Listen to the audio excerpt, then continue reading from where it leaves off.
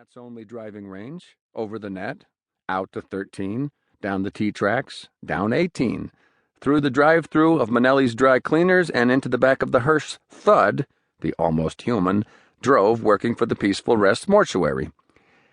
It was one of the great mysteries of life why grown men would actually arrive at 4 a.m. to put their little golf balls in a rusty old pipe outside the pro shop at Ponky and then go back and sleep in their cars just to play a golf course at 8 that would have a hard time making best of Chernobyl. Actually, we had stuff even Chernobyl never thought of.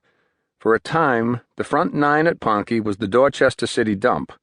Eventually, those 9 holes were built back over the landfill, but we'd still get reminders that Ponky is, literally, a dump. Like, you'd find an old shopping cart sticking up out of the ground, or your ball would disappear in the fissures that open up in the fairways, a free drop if you could prove it, or you'd get a good whiff of the methane gas that's caused by decomposing trash. Yeah, we did that too. Somebody would track down a good strong leak of methane, and we'd take a Bic lighter and light it and have our little mini eternal flame. Very emotional. Guys kept coming to Ponky, maybe because Ponky was its own world, the kind of place that had its own language. It was never a cup, it was a ja, and ja was mostly used as a verb, like, I have every notion to ja this on your ass. Golf clubs were hickories or bats, as in the sentence, Hoover just made a 13, I don't think he's getting along with his new bats. Beers were, among other things, Claudette cold beers. Money was zops or jing, as in the sentence Two Down often employed when he won big, which was, boys, if jing wasn't made to be stacked up, how come it's flat? You chased some balada more than you played golf, and you did not shoot a bad round at Ponky, you put up a radio station, as in the phrase, damn, I'm on my way to a serious radio station today.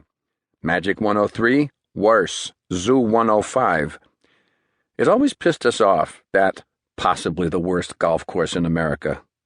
Goddamn media, to us, Ponky was unquestionably the worst golf course in America, and if you didn't believe it, you should have come and tried to break 90 on our AstroTurf tees and tractor-pull fairways and greens about as soft and puttable as Boylston Street.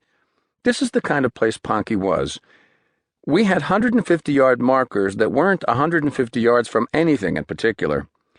And why a guy who got into Harvard but never went, and doesn't have a troop of Cub Scouts in the basement, and doesn't quite look like Kevin Costner but isn't bad in a Wayne Gretzky kind of way, would hang around in a dump like Ponky is a story in itself.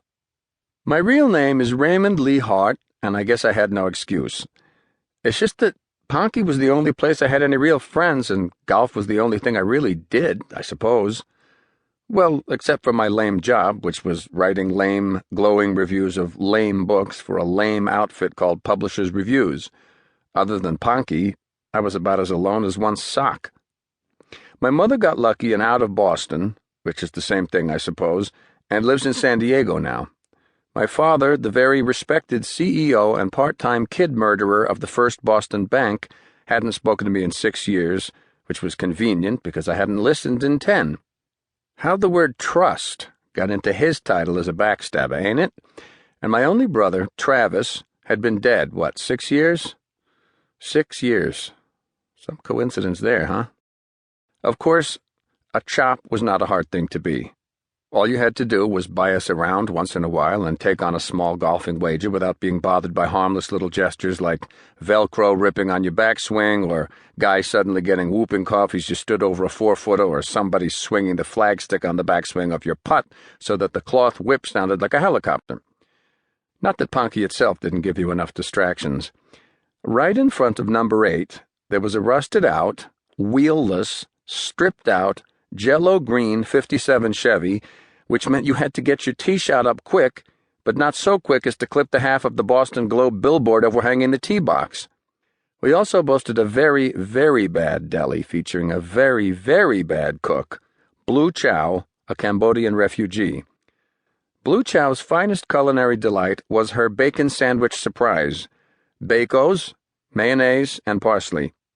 Although some would not give you 3 of those for just one of her 89-cent fried egg and spam sandwiches. The nice thing about Blue Chow is that she went nicely with the interior of Ponky, which looked like it was put together from remnants from a Holiday Inn fire.